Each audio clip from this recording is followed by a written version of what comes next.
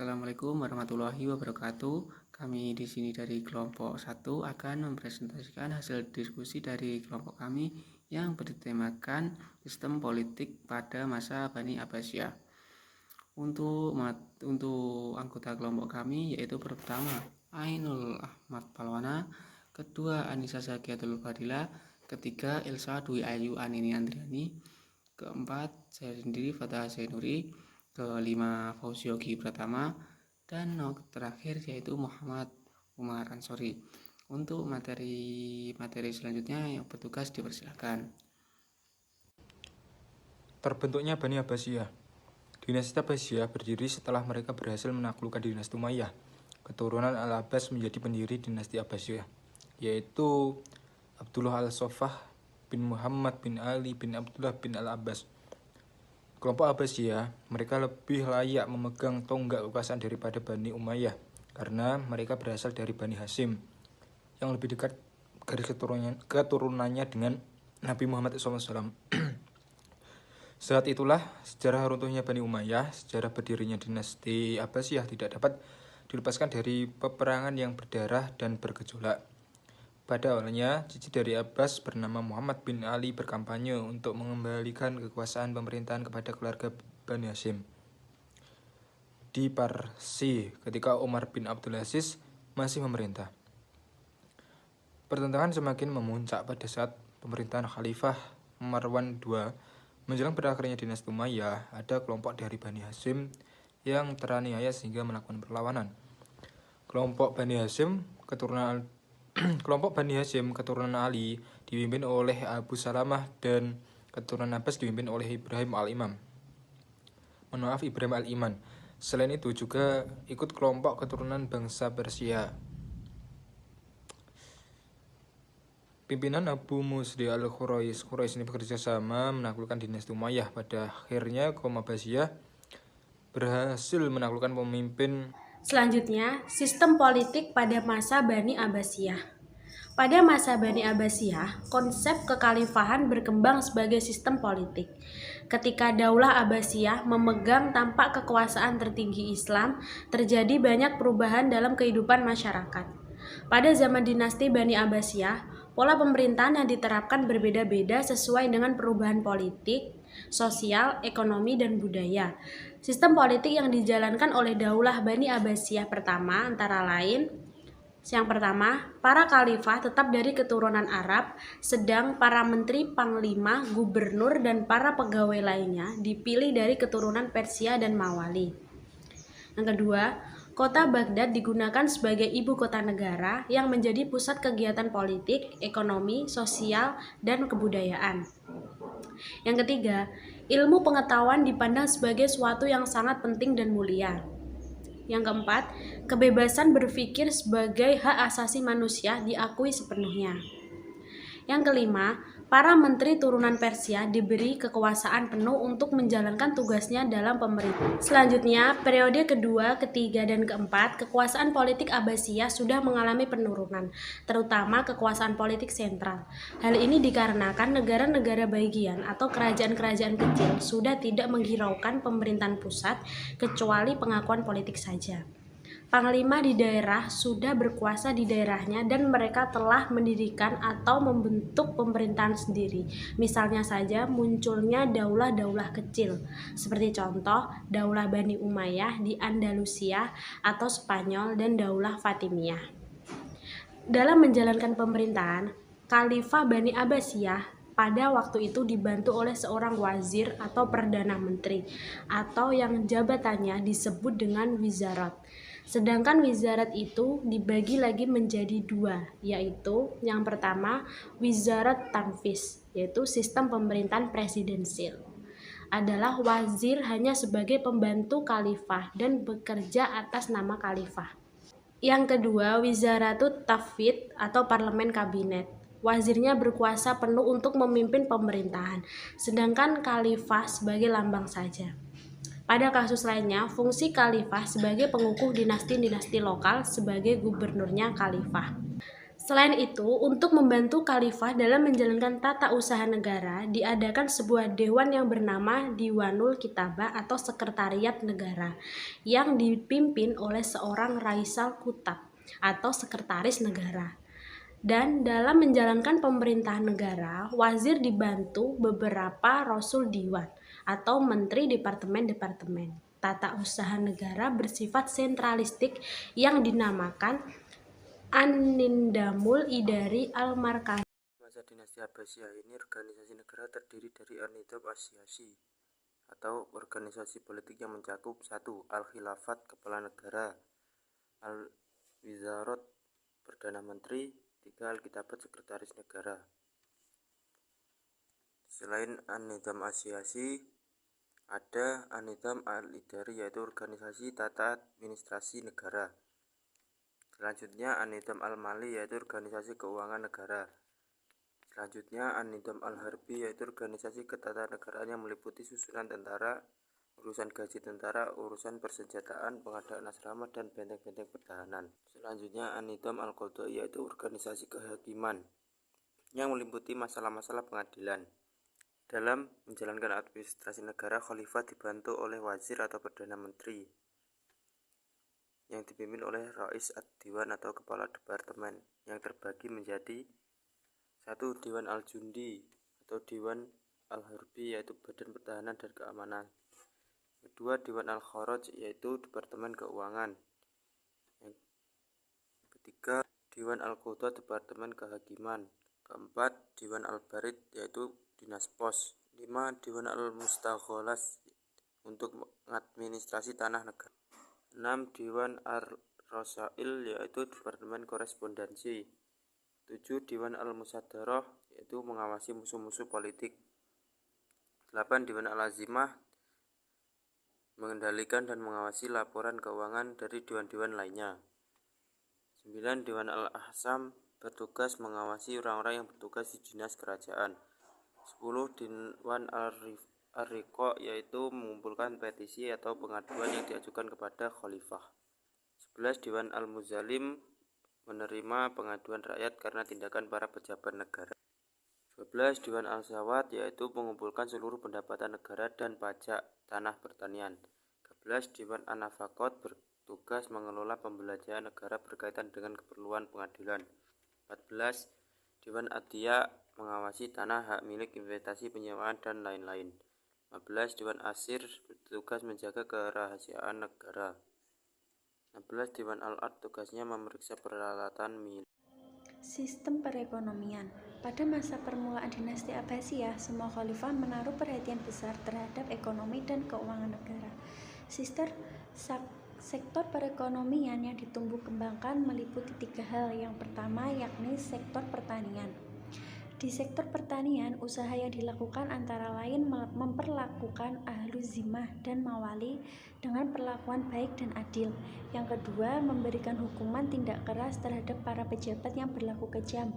Yang ketiga, memperluas daerah-daerah di segenap wilayah negara hingga ke pelosok daerah. Yang keempat, membangun dan menyempurnakan sarana perhubungan ke daerah-daerah darat maupun air. Dan yang terakhir yakni membangun bendungan-bendungan dan mengalih kanal-kanal yang besar ataupun tidak ada daerah pertanian yang tidak terjangkau irigasi. Yang kedua adalah sektor perindustrian. Pada masa dinasti Abbasiyah, banyak yang dibangun tempat perindustrian yang hampir wilayah negara.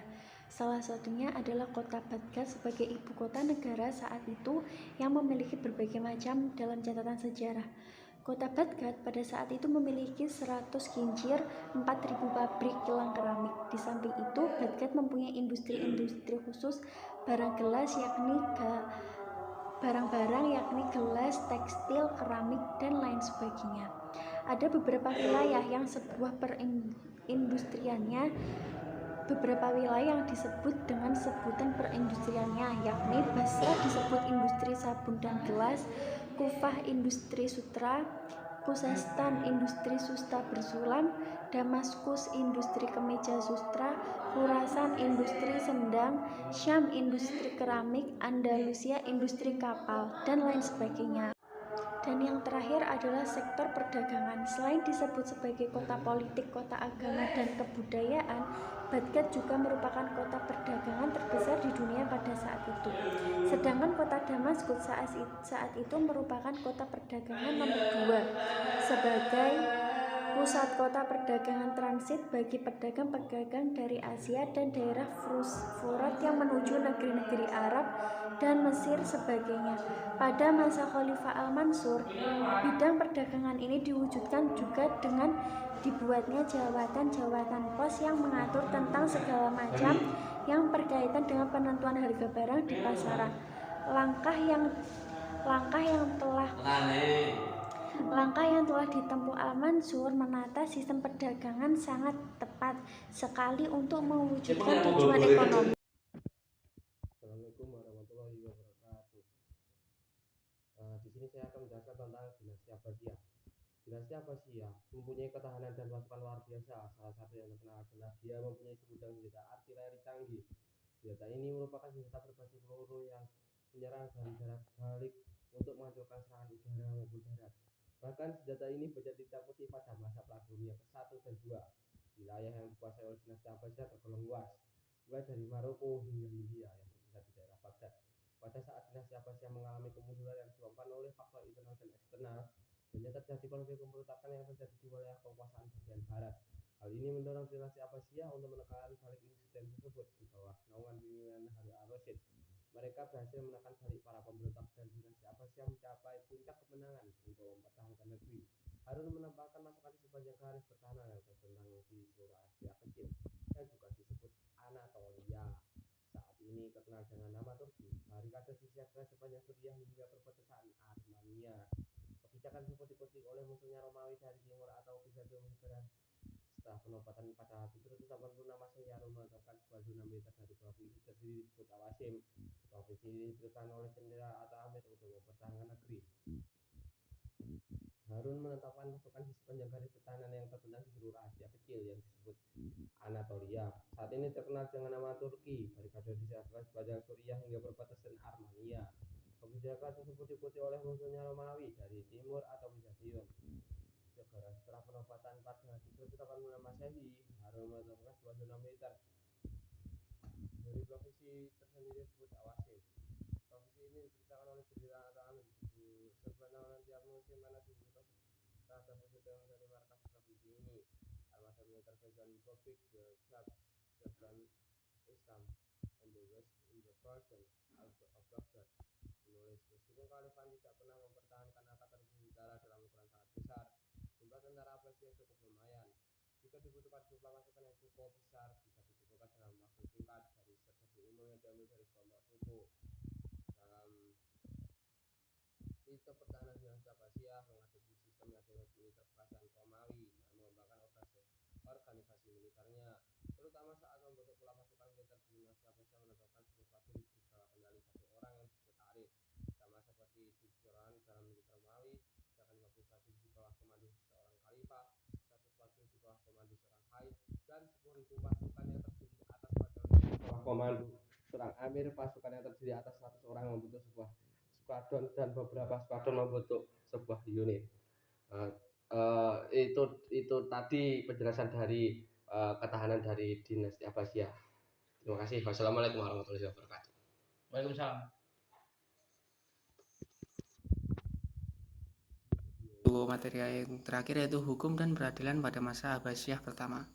Sistem peradilan di samping telah dibentuknya instansi Diwanul Qadhi atau Al-Qudhah sebagai berikut. Diwanul Qadhi Al-Qudhah atau fungsinya dan tugasnya mirip dengan Departemen Kehakiman. Kedua, Qudhah Al-Aqli atau hakim provinsi yang mengetuai peradilan tertinggi.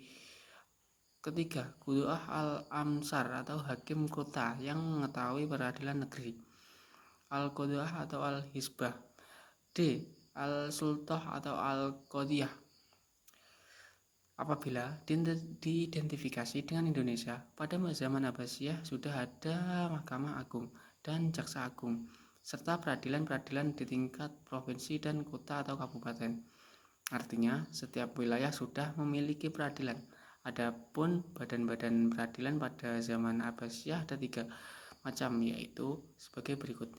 A. Al-Qadha atau hakimnya yang bergelar Al-Qadhi.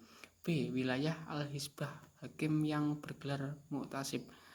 C. Wilayah Al-Mazahim, hakim yang bergelar Sahibul atau Qadhi Al-Mazalim.